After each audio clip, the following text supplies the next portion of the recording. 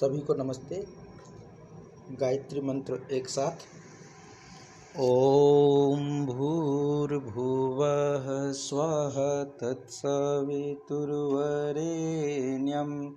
भर्गो देवस्य धीमहि धियो यो नः प्रचोदयात्।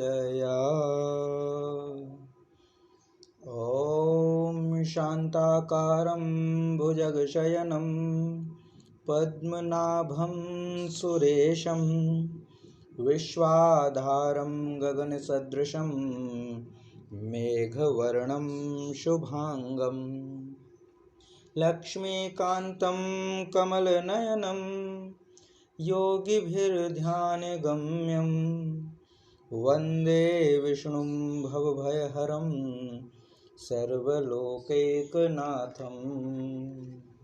ॐ यं ब्रह्मा वरुणेन्द्ररुद्रमरुतः स्तुन्वन्ति दिव्यैः स्तवैः वेदैः साङ्गपदक्रमोपनिषदैः गायन्ति यं सामगाः ध्यानावस्थिततद्गतेन मनसा पश्यन्ति यं योगिनो यस्यान्तं न विदुः सुरासुरगणा देवाय तस्मै नमः, देवाय तस्मै नमः। गीता माता ऑनलाइन कक्षा में आप सभी का स्वागत है। अभी हम 7वें अध्याय का अभ्यास कर रहे थे, जिसमें आज की कक्षा में पूरा 7वां अध्याय संपूर्ण हो जाएगा।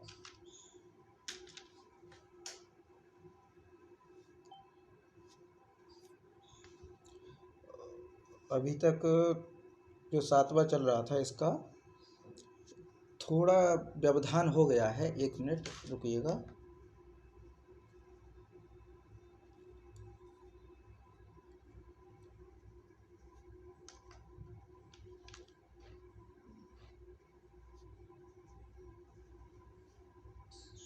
तो अभी तक जो हमारा ये चल रहा था, इसमें 26वां जो अध्याय श्लोक था, जिसमें भगवान ने अपनी सर्वज्ञता का कथन कहा था, अपने बारे में कहा था। 26वां श्लोक हो गया था कि इसमें कहा था कि पूर्व में व्यतीत हुए जो प्राणीजन हैं और वर्तमान में जो दिखाई दे रहे हैं,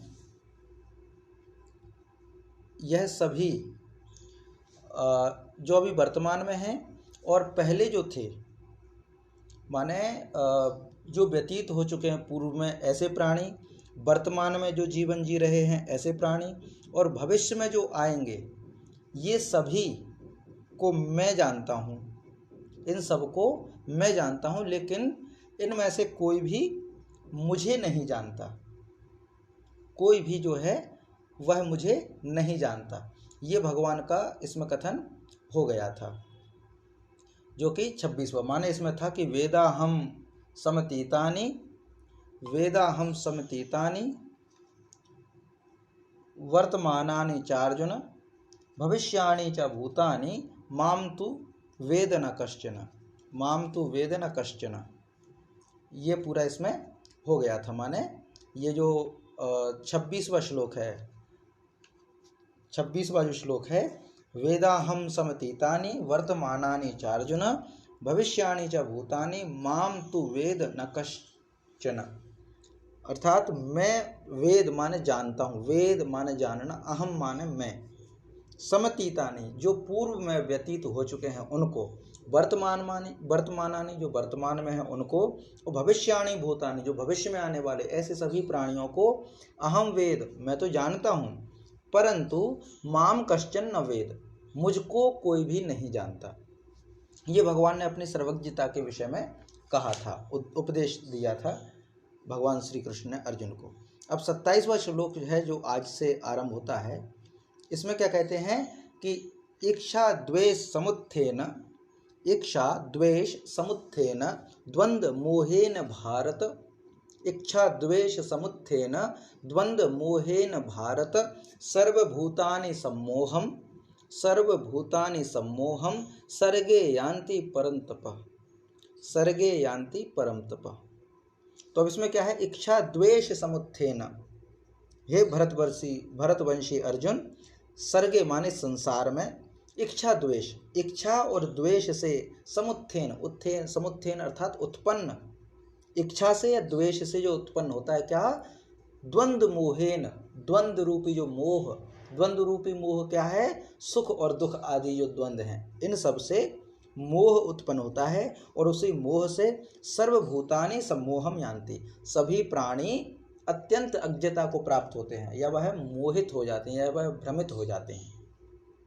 माने भगवान ये कहते हैं कि प्राणी मुझे क्यों नहीं जान पाता है, तो उसका एक कारण बताते हैं कि हे भरतवंशी अर्जुन, यानी भारत परंतप, तपस्या में, तपस्वियों में जो परम है, ऐसे परंतप अर्जुन, हे भरतवंशी अर्जुन, सर्गे अर्थात इस संसार में, इच्छा द्वेष समुत्थेन, इच्छा और द्वेष से उत्पन्न सुख दुख, इच्छा है और द्वेष है, इच्छा से यानी इच्छा माने हमारा प्रिय विषय, वहां से सुख, और द्वेष माने हमारा अप्रिय, तो उससे होगा दुख। तो इच्छा और द्वेष से जो सुख दुख उत्पन्न होता है, उस सुख दुख से मोह उत्पन्न होता है, और उसी मोह से संपूर्ण प्राणी अज्ञानता के शिकार होते हैं, या मोहित हो जाते हैं, भ्रमित हो जाते हैं, या इस माया जाल में फंस जाते हैं। ये पूरा बताया। और जब माया जाल में फंस जाएंगे तो ईश्वर से हट जाएंगे, ईश्वर से बिछड़ जाएंगे, विमुख हो जाएंगे, ये पूरा इसमें कहा है। तो इसमें क्या है कि इच्छा द्वेष, इच्छा और द्वेष, हमारे जीवन में इच्छाएं होती हैं जो हमें सुख का उत्पन्न करती हैं, सुख देने वाली हैं, जितनी भी इच्छाएं वो सुख, और द्वेष माने इच्छा माने किसी को चाहना, और द्वेष माने किसी से नफरत करना। तो किसी की हमें इच्छा होगी, किसी की हमें अभिलाषा होगी, तो उससे सुख उत्पन्न होगा, और किसी से हमें द्वेष होगा, किसी से हमें द्वेष उत्पन्न होगा, तो उससे हमें मोह जुड़ेगा, उससे हमें मोह जुड़ेगा। ठीक है, तो ये संपूर्ण प्राणी इसी द्वंद्व मोह के कारण अज्ञता आती है, अज्ञान हो जाते हैं, उनसे जो उत्पन्न मोह होता है, उस मोह में पड़ जा करके अज्ञानी बन करके जीवन व्यतीत करते हैं, अज्ञानी बन जाते हैं। ये पूरा इसमें कहा है। तो इच्छा द्वेष समुत्थेन द्वंद्व मोहेन भारत सर्वभूतानि सम्मोहम सर्गे यान्ति परम तप। हे भरतवंशी अर्जुन, संसार में जो इच्छा द्वेष है, इस इच्छा द्वेष से क्या उत्पन्न होगा, सुख और दुख। इच्छा से सुख, द्वेष से दुख, और दोनों से ही उत्पन्न होगा मोह। और उस जो उत्पन्न हुआ जो मोह है, उस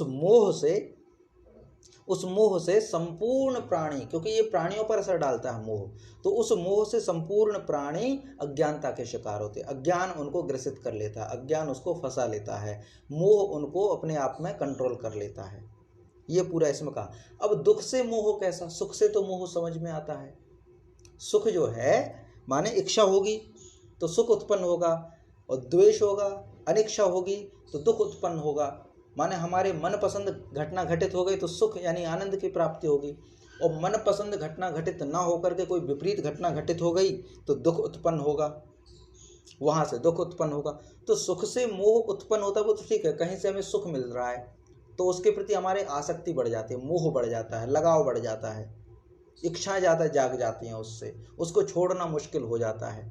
ये तो सुख से उत्पन्न हुआ। पर दुख से मोह कैसा, दुख से तो मोह नहीं होना चाहिए। तो दुख से मोह ऐसा है कि उत्पन्न तो दुख होता है, लेकिन जिससे उत्पन्न दुख हो रहा है उससे हमें सुख की आशा होती है।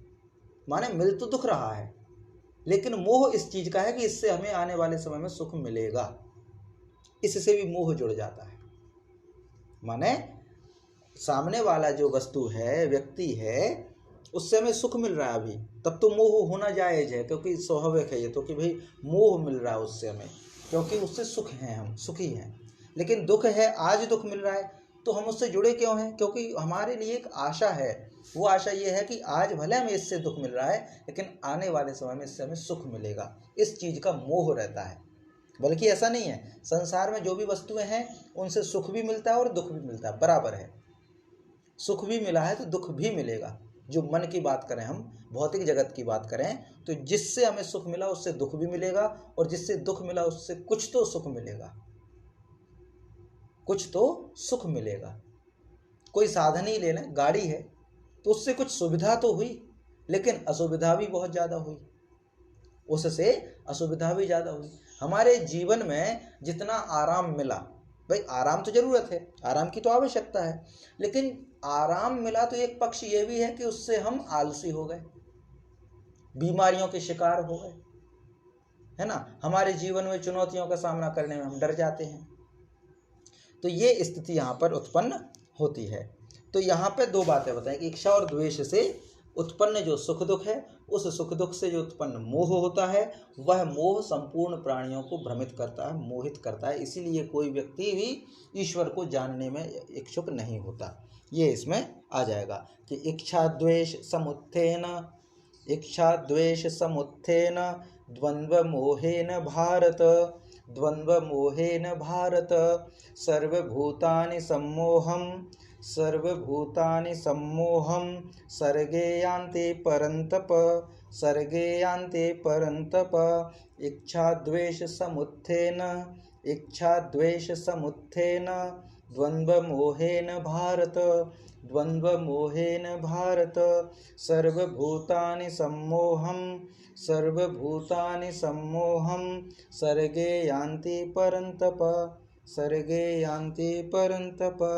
जी, इसका पाठ कीजिए आदरणीय मधुमाता जी, आप पाठ कीजिए। इच्छा द्वेष समुत्थेन, इच्छा द्वेष समुत्थेन द्वंद्व मोहेन भारत, द्वंद्व मोहेन भारत सर्वभूतानि सम्मोहं, सर्वभूतानि सम्मोहं सर्गे यान्ति परन्तप, सर्गे यान्ति परन्तप। जी धन्यवाद। अब जो 28वां श्लोक है, इसमें क्या है, बिल्कुल 27वें श्लोक के उल्टी बात कही। 27वें श्लोक में यह कहा कि मनुष्य जो है संसार में इच्छा और द्वेष से उत्पन्न जो सुख दुख है, और सुख दुख के मोह में पड़ करके भ्रमित हो जाता है, इसीलिए वह मुझे प्राप्त नहीं कर पाता। लेकिन 28वें में क्या कहते हैं कि येषां त्वन्त्व गतं पापम, येषां त्वन्त्व गतं पापम जनानां पुण्य कर्मणां ते द्वंद्व मोह निर्मुक्ता भजन्ते मां दृढ़व्रताः। येषां त्वन्त्व गतं पापम जनानां पुण्य कर्मणां ते द्वंद्व मोह निर्मुक्ता भजन्ते मां दृढ़व्रताः।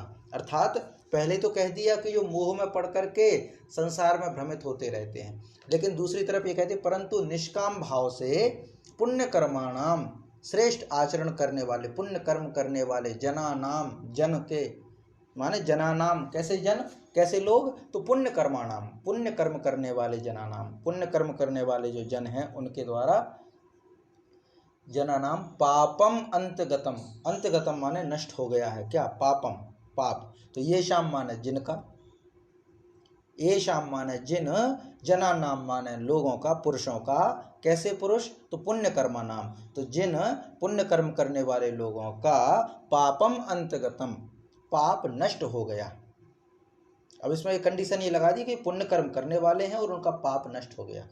ऐसे ते अर्थात वे द्वंद्व मोह विनिर्मुक्ता, द्वंद्व माने राग और द्वेष, राग और द्वेष से जनित जो द्वंद्व उत्पन्न होता है, राग द्वेष से क्या उत्पन्न होगा, सुख दुख, यही है ना द्वंद्व, तो यही द्वंद्व उत्पन्न होंगे। और उन द्वंद्व से उत्पन्न जो मोह है, उस मोह से कैसे हैं, दृढ़व्रता माने दृढ़ निश्चयी भक्त जो हैं, मोह से मुक्त होकर के, जो माने द्वंद्व मोह विनिर्मुक्ता, द्वंद्व से उत्पन्न जो मोह है उस मोह से निर्मुक्त हैं, निर्मुक्त है माने स्वतंत्र हैं।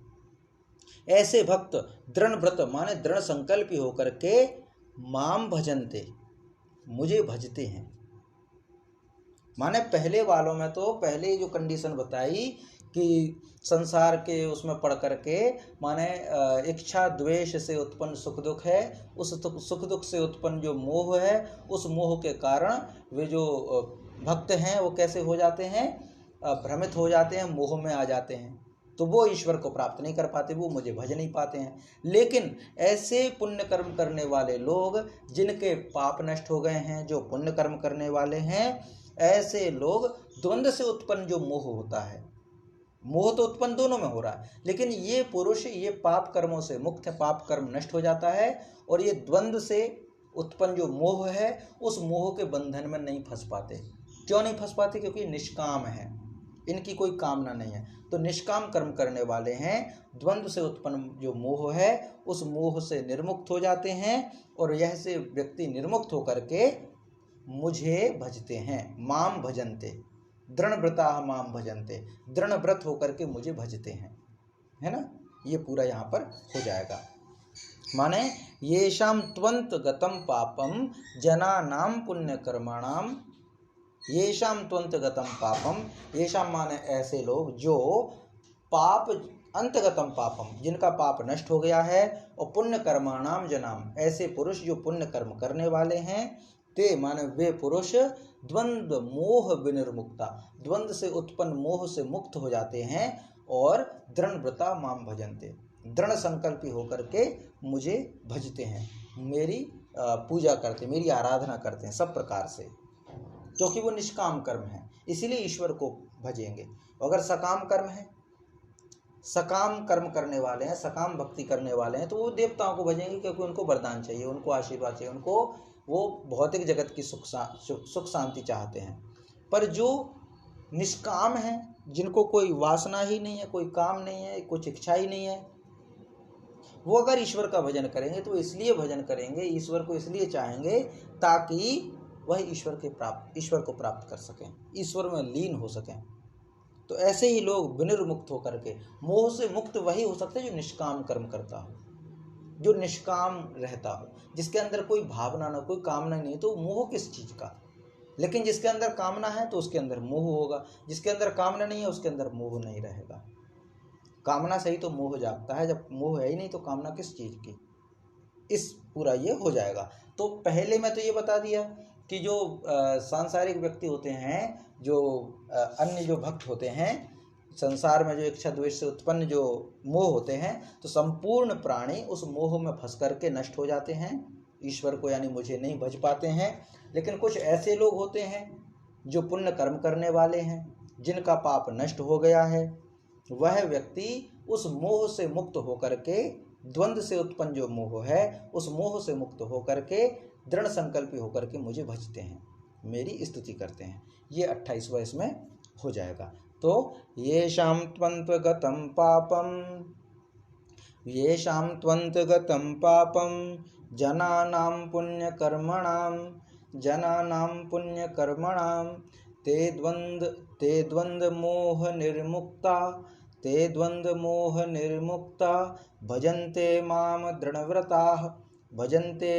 दृढव्रताः येषां त्वन्तगतं पापं जनानां पुण्यकर्मणां ते द्वन्द्वमोह विनिर्मुक्ता भजन्ते मां दृढव्रताः। ये 28वां हो जाएगा। वीणा माता जी इसका पाठ कीजिए आप।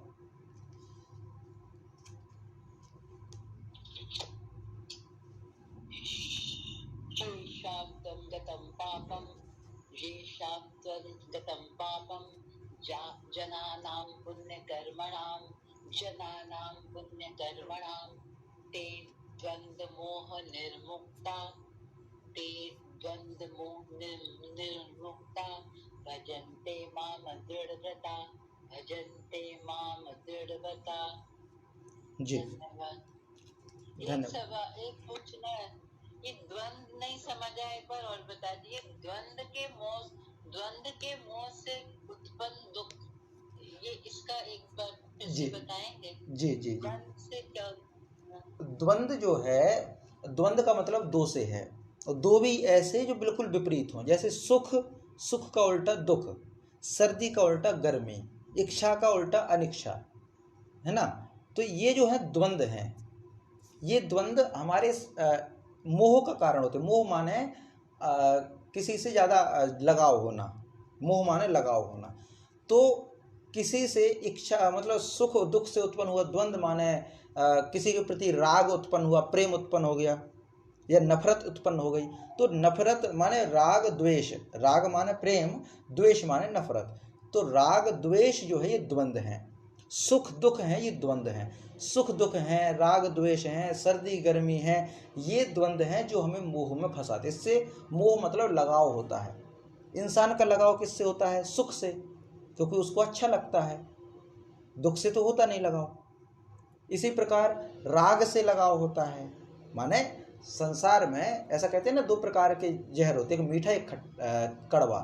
तो ये मीठा कह लीजिए, राग है, अच्छा तो लगता है लेकिन वो स्लो मीठा जहर है। और द्वेष वो कड़वा जहर है। द्वेष जो है वो कड़वा जहर है। माने किसी से प्रेम करना, ये ठीक अच्छा लगता है, लेकिन वो जो है अगर मोह का कारण बन जाए, लगाव हो जाए, अटैचमेंट हो जाए, सामने वाले से ज़्यादा इच्छाएं जुड़ जाएं हमारी, तो वो जहर है, मीठा जहर उसको हम कहेंगे। लेकिन किसी से नफरत करें, शत्रुता करें, तो वो भी जहर है।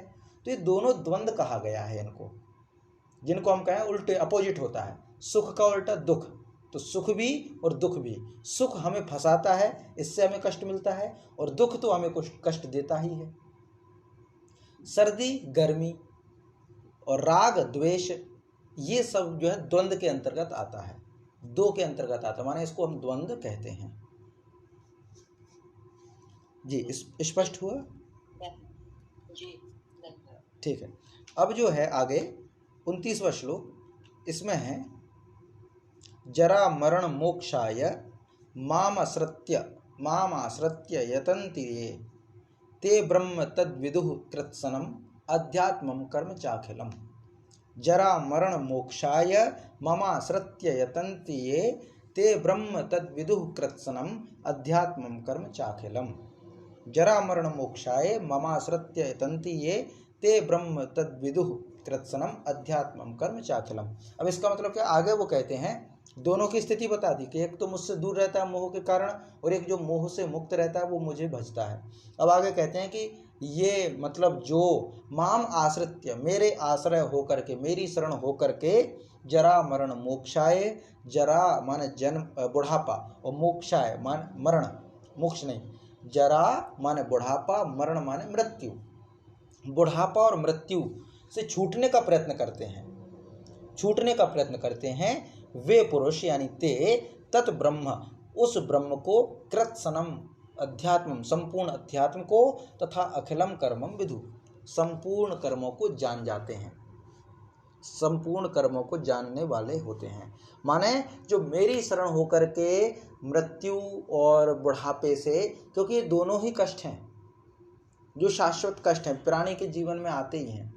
मृत्यु तो निश्चित है ही, और एक बुढ़ापा, दो के विषय में कहा गया है। जरा और मरण, ये जो है इनसे छूटना हर कोई चाहता है। हर कोई ये चाहता है कि हमें बुढ़ापा ना आए, हर कोई ये चाहता है कि हमें मृत्यु ना आए, पर मृत्यु तो रहती ही है। आजकल जो स्थिति बन गई है कि हार्ट अटैक्स आने लगे, बीमारियां आने लगी, वो अकाल मृत्यु के कारण बुढ़ापा नहीं आ पाता, पर बुढ़ापा तो रहती है, वृद्धावस्था तो रहती है। तो इन सब से हर कोई छूटना चाहता है। तो छूटने का तरीका क्या है? जरा मरण से छूटने का तरीका क्या है? माने बुढ़ापा ना आए, मृत्यु ना हो, इनसे छूटने का तरीका क्या है? इससे छूटने का तरीका एक है कि जन्म ही ना हो, क्योंकि जिसका जन्म होगा उसकी मृत्यु तो होगी ही। जीवन है तो फिर युवावस्था है तो फिर बुढ़ापा भी आएगा। ये स्थिति तो रुकने वाली है नहीं, ये तो आगे चलेगी, इसको तो रोक नहीं सकते। तो ये सब स्थिति चलने वाली है। इसको रोकने का तरीका यही है कि जन्म ही ना हो। जन्म ना हो ये कैसे हो सकता है? तो जन्म ना हो ये ऐसे हो सकता है कि हम जन्म ना हो, इसके लिए एक ही तरीका है कि हम ईश्वर की भक्ति करें, ईश्वर के आश्रय ग्रहण करें। तो जो भक्त मेरे शरण होकर के, मेरी शरण होकर के, जरा माने बुढ़ापा और मरण माने मृत्यु से छूटने का प्रयत्न करते हैं, माने एक तो दो कंडीशनें हैं। पहली कि वो ईश्वर की शरण में है, दूसरा वो प्रयत्न कर रहे हैं कि हमें दोबारा जन्म ना लेना पड़े। तो भाई ऐसा निर्णय क्यों ले लिया आपने? ऐसा निर्णय आपने क्यों ले लिया कि दोबारा जन्म ना लेना पड़े हमें? तो इसमें कुछ कंडीशंस हैं। क्या क्या निर्णय क्यों आया? क्योंकि वो ब्रह्म को जानते हैं। भाई ब्रह्म को जानते हैं, इसीलिए तो उन्होंने निर्णय लिया कि हम तो ब्रह्म में ही समा जाएं। दूसरा वो संपूर्ण अध्यात्म को जानते हैं। अध्यात्म माने स्वयं के ज्ञान को भी जानते हैं, ब्रह्म को भी जानते हैं, स्वयं के भी ज्ञान को जानते हैं, और संपूर्ण कर्मों का भी ज्ञान है उनको। कर्मों का ज्ञान है कि अगर हम कर्म करेंगे तो कर्म हमें बंधन में फंसाएंगे, क्योंकि कर्मों के साथ फल तो जुड़ा ही है, कर्मों के साथ फल तो जुड़ा ही है। और सकाम कर्म करेंगे तब तो और मरेंगे। निष्काम कर्म में तो ऐसा है कि ठीक है, कर्म के बंधन ज़्यादा नहीं बांधते, पर सकाम कर्म तो बहुत बंधन बंधते हैं। ये आदरणीय नीतीश जी जुड़े हैं, आपसे निवेदन है माइक म्यूट कर लीजिए, डिस्टर्ब आवाज़ आ रही बैकग्राउंड। तो इसमें जो है जो व्यक्ति है ईश्वर की शरण में जाता है, और जाएगा क्यों? क्योंकि ना मुझे दोबारा जन्म लेना पड़े, और जब जन्म नहीं होगा तो मृत्यु का कष्ट नहीं होगा, और बुढ़ापे की वृद्धावस्था का कष्ट नहीं सताएगा। तो इन दोनों से छूटने के लिए क्या करेंगे कि हमें मोक्ष मिल जाए। मोक्ष कब मिलेगा? जब ईश्वर की शरण में जाएंगे। तो जब हमने फैसला कर लिया कि हमें ना मृत्यु चाहिए, ना हमें वृद्धावस्था चाहिए, हमें तो मोक्ष चाहिए, तो मोक्ष की बात कहने वाला व्यक्ति वही हो सकता है, मोक्ष के ओर गमन करने वाला व्यक्ति वही हो सकता है जो तीन चीज़ों को अच्छे से जानता हो। एक तो ईश्वर को यानी ब्रह्म को ज्ञान हो गया हो, इसको ब्रह्म का ज्ञान हो गया हो। दूसरा अध्यात्म को जानता हो, अध्यात्म माने स्वयं को, अधि माने अधिकरण माने अंदर, आत्म माने स्वयं, तो स्वयं के अंदर का ज्ञान हो जिसको, वही अध्यात्म कहा है इसमें। तो संपूर्ण ब्रह्म को जान गया हो, वो अध्यात्म का ज्ञान जिसको हो गया हो, और संपूर्ण कर्मों का ज्ञान हो गया हो, वही व्यक्ति जो है मेरा आश्रय लेकर के जरा मरण से छूटने का प्रयत्न करता है। तो जरा मरण मोक्षाय मामाश्रित्य यतन्ति ये ते ब्रह्म तद विदुः कृत्सनम अध्यात्मम कर्म चाखिलम। तो जरा मरण मोक्षाय मामाश्रित्य यतन्ति ये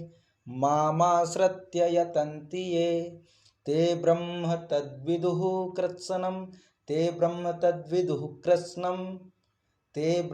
तद्विदुः कृत्सनम अध्यात्मं कर्म चाखिलम जरा मरण मोक्षाय मामाश्रित्य यतन्ति ये ते ब्रह्म तद्विदुः कृत्सनम अध्यात्मं कर्म चाखिलम। जी मधुमा जी आप इसका पाठ कीजिए।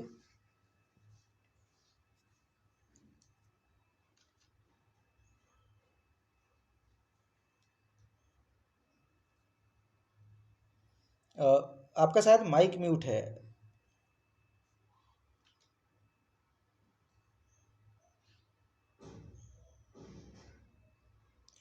आवाज आ रही है? जी अब हो गया। जी। जरा मरण मोक्षाय मामा आश्रित्य यतन्ति ये ते ब्रह्म तद्विदुः कृत्स्नम् अध्यात्मं कर्म च अखिलम। जी धन्यवाद। अब आगे 30वां जो श्लोक है वह है साधि भूतादिदेवं मां साधि यज्ञं च ये विदुः प्रयाण काले पिचा माम ते विदुर युक्त चेतसः। अब ये पूरा है, इसमें अर्थ है, थोड़ा श्लोक में डिस्टरबेंस हो रहा है।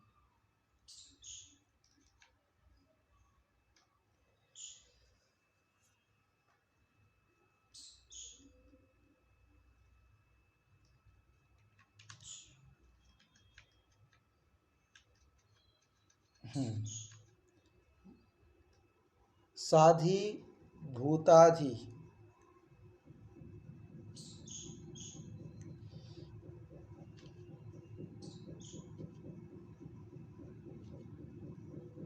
जी साधि भूताधि देवं माम साधि यज्ञं च ये विदुः प्रयाण काले पिचा मामते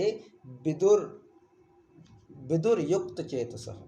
अर्थात ये जो पुरुष साधि भूताधिदेवम, अधिभूत और अधिदेव, भूत अधिदेवम माने सा माने सहित, अधिभूत और अधिदेव, अधिभूत और अधिदेव के सहित साधि यज्ञम, अधियज्ञ के सहित सबका आत्मरूप, माम प्रयाण काले, मुझे अंत काल में भी विदुः माने जानते हैं, ते माने वे युक्त चेतसा, युक्त चित्त वाले पुरुष, माम चा विदुः, मुझे ही जानते हैं, अर्थात मुझे ही प्राप्त हो जाते हैं। अब इसमें क्या कहा कि मुझे जानते हैं, जैसे भाप, बादल, धूम यानी धुआं, पानी, बर्फ आदि ये जल स्वरूप है, माने भाप है, बादल है, धुआं माने जो बाष्प बन के उड़ता है, भाप है, बादल, और जो अब ये धुआं माने शायद धूम जिसको कहते हैं, कोहरा जैसा रहता है, पानी और बर्फ, ये सभी जल के ही रूप हैं, एक ही हैं। वैसे ही अधिभूत, अधिदेव, अधियज्ञ ये सब कुछ वासुदेव स्वरूप ही हैं। ऐसा जो जानते हैं वह मुझे प्राप्त होते हैं, वह युक्त चित्त वाले मुझे प्राप्त होते हैं। अब इसमें क्या कहा है, ये साधि भूताधिदेवम चा साधि यज्ञम माम प्रयाण काले, माम माने मुझे, प्रयाण काले माने अंत काल में भी जानते, विदुः माने जानते हैं, ते माने वे युक्त चेतसः युक्त चित्त वाले, पुरुषः माने युक्त चित्त वाले जो पुरुष हैं, जिनका चित्त स्थिर है, ईश्वर में लगा हुआ है, ऐसे पुरुष माम च विदुः, मुझे जानते हैं, अर्थात मुझे प्राप्त कर जाते हैं। तो जो पुरुष ये जाने कि जो भी प्राणी हैं, जो देवता हैं, जो कर्म है, यज्ञ अर्थात शुभ कर्म है ना, भूत माने यहाँ पे पृथ्वी पर रहने वाले, भूमि पर रहने वाले प्राणी, अधिदेव माने जो देवताओं की श्रेणी में है। तो देवता है, कोई प्राणी है, कोई कर्म है, ये कोई और नहीं है, ये सब का आत्मरूप एक ही है, वो वासुदेव ही है, वो भगवान श्री कृष्ण ही है, वो ब्रह्म ही है, वो ब्रह्म का ही रूप है। जो दिखाई दे रहा है सभी प्राणी ब्रह्म के रूप हैं, जो देवता है अदृश्य हैं वो ब्रह्म के रूप हैं, जो कर्म करने वाले जो कर्म हैं वो भी ब्रह्म के रूप हैं, सब कुछ ब्रह्म का ही है। और अंत काल में ये जब जान जाते हैं तो वे युक्त चित्त वाले, वे स्थिर चित्त वाले, जिनका चित्त स्थिर है, जिनका चित्त ईश्वर में स्थिर है, ऐसे पुरुष मुझे प्राप्त कर जाते हैं। ऐसा भगवान कहते हैं कि वह मुझे प्राप्त कर जाते हैं। तो ये साधि भूतादि देवम माने ये माने जो अधिभूत और अधिदेव के सहित और अधि यज्ञ के सहित मुझे अंत काल में जान जाते हैं, माने मैं ही सब में हूँ, ऐसा जान जाते हैं, माने मैं ही भूतों में हूँ यानी प्राणियों में हूँ, मैं ही कर्म में हूँ, मैं ही देवताओं में हूँ।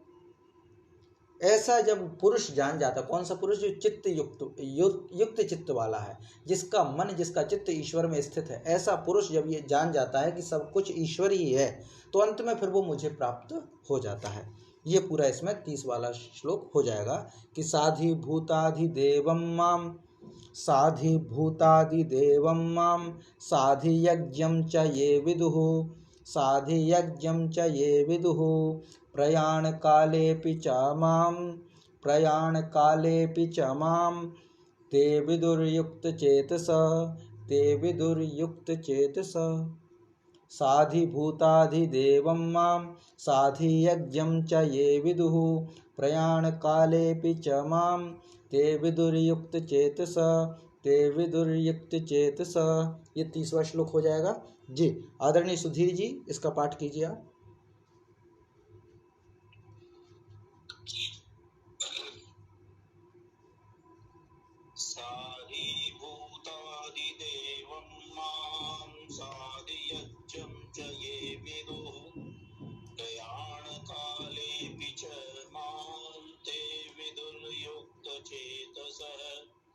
साधिभूतादिदेवं मां, साधियज्ञं च ये विदुः, प्रयाणकालेऽपि च मां, ते विदुर्युक्त चेतसः।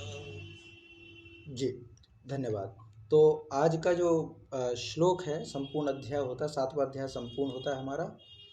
और इसमें जो ये था ज्ञान विज्ञान योग का 7वां अध्याय, वो यहीं पे 30 श्लोकों के साथ संपूर्ण होता है। तो ओम तत्सदिति श्रीमद्भगवद्गीतासु उपनिषत्सु ब्रह्म विद्यायां योगशास्त्रे श्रीकृष्णार्जुन संवादे ज्ञान विज्ञान योगो नाम 7मोऽध्यायः। हरि ओम तत्सत्। हरि ओम तत्सत्। हरि ओम तत्सत्। जी सभी को नमस्ते। धन्यवाद। जी आगे जो अध्याय होगा उससे हम अष्टम अध्याय आरंभ करेंगे कल से। जी शांति पाठ आदरणीय सुधीर जी शांति पाठ कीजिए आप। ॐ द्यौ शान्तिरन्तरिक्षं शान्तिः पृथिवी शान्तिरापः शान्तिरोषधयः शान्तिः वनस्पतयः शान्तिर्विश्वे देवा शान्तिर्ब्रह्म शान्तिः सर्वगुण शान्तिः शान्तिरेव शान्तिः सामा शान्तिरेधि। ॐ शान्ति शान्ति शान्ति। सर्वेभ्यो नमः। जी नमस्ते सभी को।